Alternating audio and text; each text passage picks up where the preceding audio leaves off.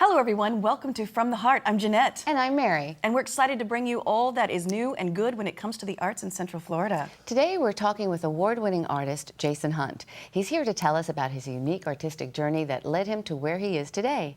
Hi, Jason. Hi, how are you? Good. Now, Jason, earlier, you said something that caught my attention. You mentioned how you first picked up a pencil and paper because you couldn't afford anything else when you were growing up. That's right. Tell us about that. Yeah. Well, I grew up in very strange circumstances. My mother and father didn't get along, and my father would take off. As they say, the little song, Papa was a Rolling Stone. My father, that's who my father was. And there were 6 of us, and we lived in a 2-room basement apartment, and the other room was the boiler room. And we didn't have much. My mother worked very hard, and she had learning disabilities, which I found out later in life I also had. I have something called dyslexia, which is common, but I also have something called dysgraphia. And I was talking to a gentleman about that who studied it a little bit, and he said dysgraphia actually is a form of Tourette syndrome. And it also is somewhat related to the Asperger syndrome as well, too. So it impedes your learning ability to, mainly to write. I draw, and linear art is linear and writing is not. It's more based on mathematical. Symbols have to make sense. Mm-hmm. And so I grew up with that, and I would kept back in kindergarten because I couldn't do the basic skills. Other children, and they put you in that category of being mentally handicapped. Oh. And so you go inward and you become somewhat unfocused, and you don't communicate very well, and it takes a long time to get out of that. When did you start drawing? Oh, as long as I could remember. I drew things that I found interesting. I drew things that I wanted. I drew things about things I loved and people that I cared about. And my earliest memory is that my mother was a very kind person, and she worked very hard. And she had diabetes, and she lost her sight when she was 28. She's totally blind by 30.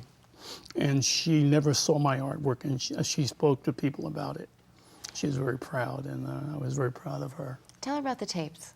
My mother was blind, so they used to call books for the blind. They were actually records, and I would order them, or they would just send, and I started making orders for my mother, which I got Dickens and Shakespeare, which I would listen to. And so I enjoyed Charles Dickens because he spoke about the things I was really interested in, about social, the way people live without having anything, any coming from poverty, which Dickens did, and I related to that as well. Can you tell me the first time that you remember being recognized for your talent? The first time another person said, wow. My school teacher, Mrs. Miller, in the 6th grade, I won a contest in the school for the best drawings, like 6 different drawings. And that's the first time anyone ever looked at my work and thought it was good. What did that feel like to be recognized in that way? Because clearly you used your drawings to express what you couldn't write in words on paper. What did that feel like to have someone finally get you? It's a nice, simply that you're being recognized and you're not considered what they call handicapped, because I was in the class with handicapped children, but I was a pretty tough guy, and I would take care of them.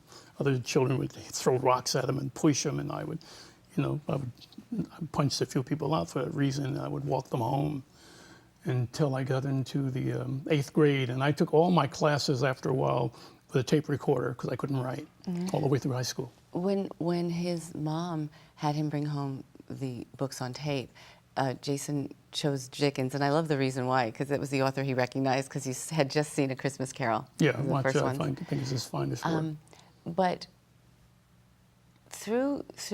talk about how, because he ended up doing what the Dickens 20 pieces for Orlando, right? I've seen that series. It's beautiful.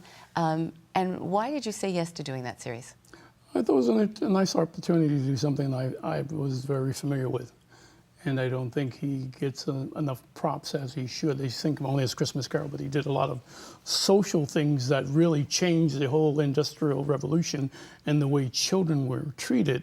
And Queen Victoria refused to knight him because she called him a muckraker, which means he shone a light on social situation, and he was totally anti-slavery. at that time when it was still taken in America, he thought was horrifying that And what he you treated said people that way. about how he depicted some rich people were wonderful and some poor people were wonderful. He showed the aspects of everyday life. Wealthy, he showed people as fools, especially the upper class. He thought they were born into something. They didn't do anything. They were simply there, and they had privilege. And he saw them as fops and ridiculous. And even when he became wealthy himself, he still portrayed them in that way, even though he found himself doing some of the similar things, and he would chastise himself and his children to not lose the common touch. What I loved one day when he was saying to me about Dickens, he said, you know, he showed that sometimes poor people could be just as nasty and rich people could be just as wonderful, and rich people were also nasty and poor people also, you know, like what you said, he was the father you didn't have. Yeah. That's what you literally said one day, and I went, oh my God, who would have thought? Well, at least the ones he portrayed in his own life, he thought he was a failure as a father because he was somewhat distant from his children, because during that time, that's the way men were. The woman raised the children and the father just provided. And towards the end of his life, he told his older story that he really regretted that he wasn't the father that he wrote about. He wished he was the character. You know, and it's like in the story of A Christmas Carol, he wished he was, you know, the clerk. That's the character he really wished he could have been. You know. Do you when you were a child, did you maybe even subconsciously equate that with your own father, like knowing that Dickens regretted that later? Did you wonder if maybe your father had those same regrets? No, I didn't know my father very well. In my entire life, I probably never said more than 50 words to him. Mom wants you, come this, that. And he was not a warm person. He was not an awful person. He was who he was. So I never was angry at him. I don't hate him. I never did. I was, you know, my mother loved him, so there had to be something in him. And I'm part of whatever he was. That's part of me as well. So I always wished him well, but it is something I never knew. And maybe Dickens did stand in a little bit for that, but I'm not exactly sure if that's true. I will tell you what, I'm amazed that this man has become like the heart that you know and that you see in his work, and the amazing man and the amazing husband that you are from the stories that you tell. You just love life. But he also sees, I believe that you see, and even looking at your work, I believe that you see both the good and the bad in each individual. Yeah, I don't see there are any limitations on what we do, and I really believe there's only two basic emotions in the world. One is love and the other is fear. You have love and you fear that you don't have it, and when you do have it, you fear it'll go away.